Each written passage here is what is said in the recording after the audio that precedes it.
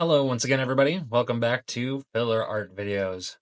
Been a while, but I get to use the randomizer yet again. We get to do Decidui and Alolan Rattata. Let's see how this goes.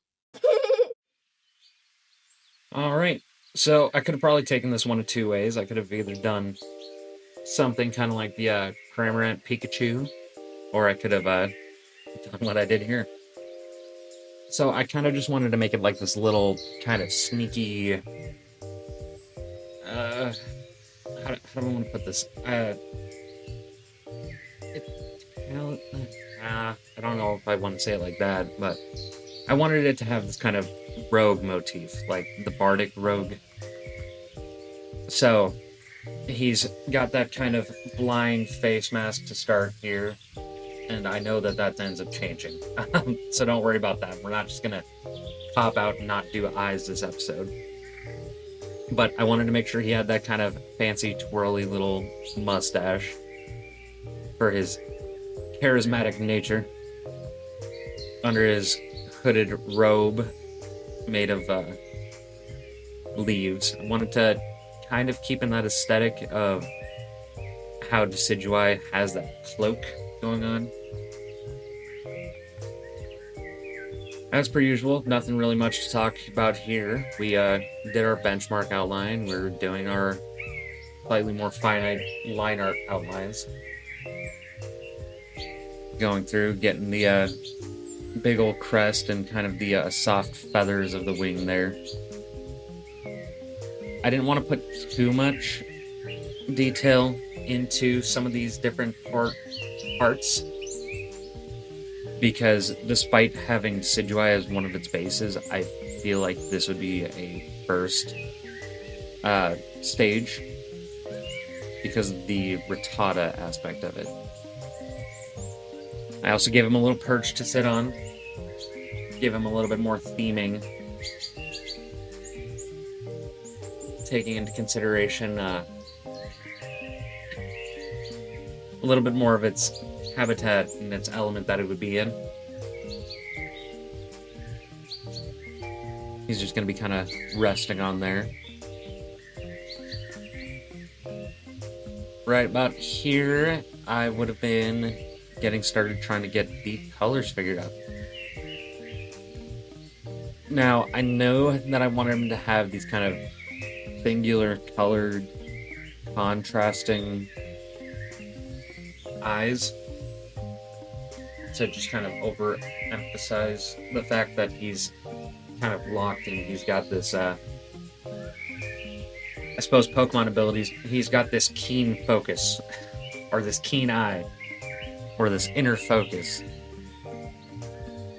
which is pretty nifty and I feel like pretty thematically sound.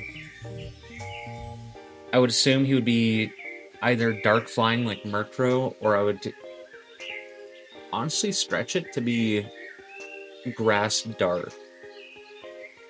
And then, like I mentioned, with keen eye or inner focus.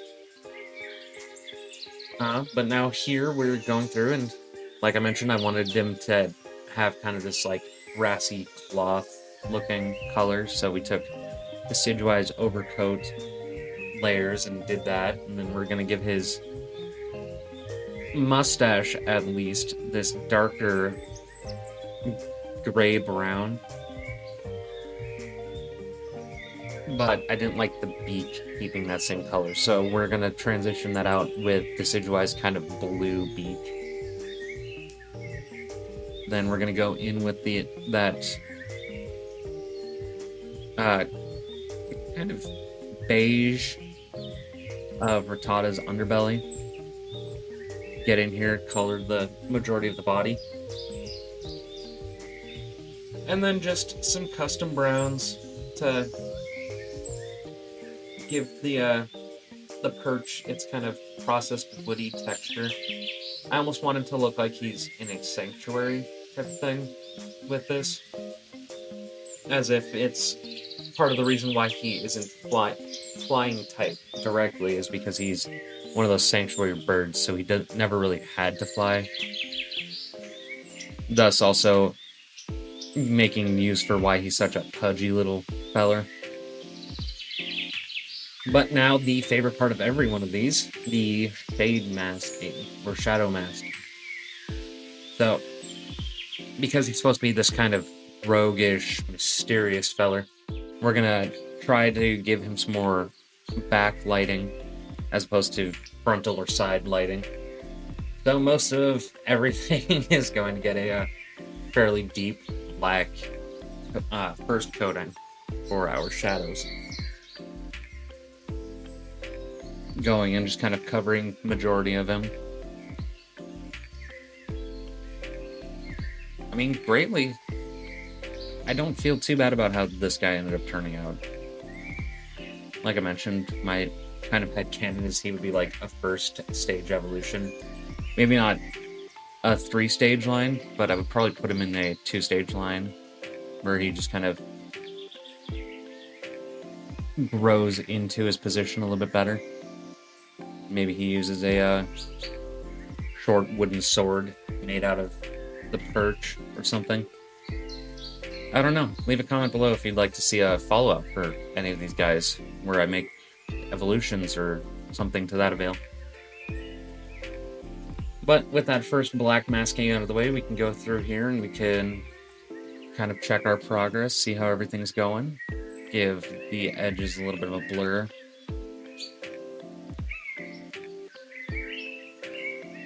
And then we're going to go through one more layer of black masking to kind of get into some of those more deep areas that we may want to have just a bit darker. Like right here, what I'm doing is kind of trying to imagine where some of the darker points would be. So like the front of the face, where some of those features are going to show up a little bit more because of bone structure. The front underneath the wing, where even less light is going to come out, along with underneath where the cloak is going to be covering, and some of this edge shading, as noticed along like the beak and the kind of arcing outer crest of the wing.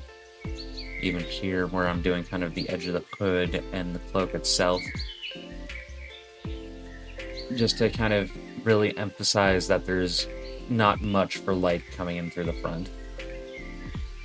And then at this point is also where we're going to go through and do our kind of fabric ripple lines so that it doesn't look too rigid. And then we'll go through and we'll shade these, blur these edges. Wow. Blur these edges, rather, to give them some uniformity as to how they look when the finalized product comes around.